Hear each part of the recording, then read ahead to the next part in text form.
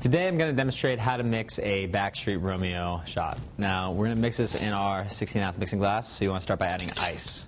From there, you're going to want to add in 1 part of a whiskey. We're using Canadian Club blended whiskey, but feel free to use any whiskey of your choice, and Irish cream. So we're going to go for about 3/4 of an ounce to 3/4 of an ounce. So 1, 2, and 3. Let's go out really slow. So right about there. 2, 1, 2, 3.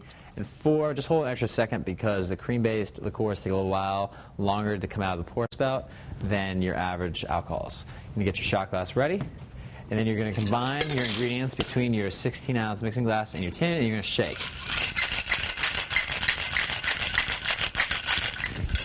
Just give it a little tap to break the seal, and then you're simply going to strain your ingredients with your Hawthorne strainer directly into your shot glass. Like such. And that is your Backstreet Romeo shot. Enjoy.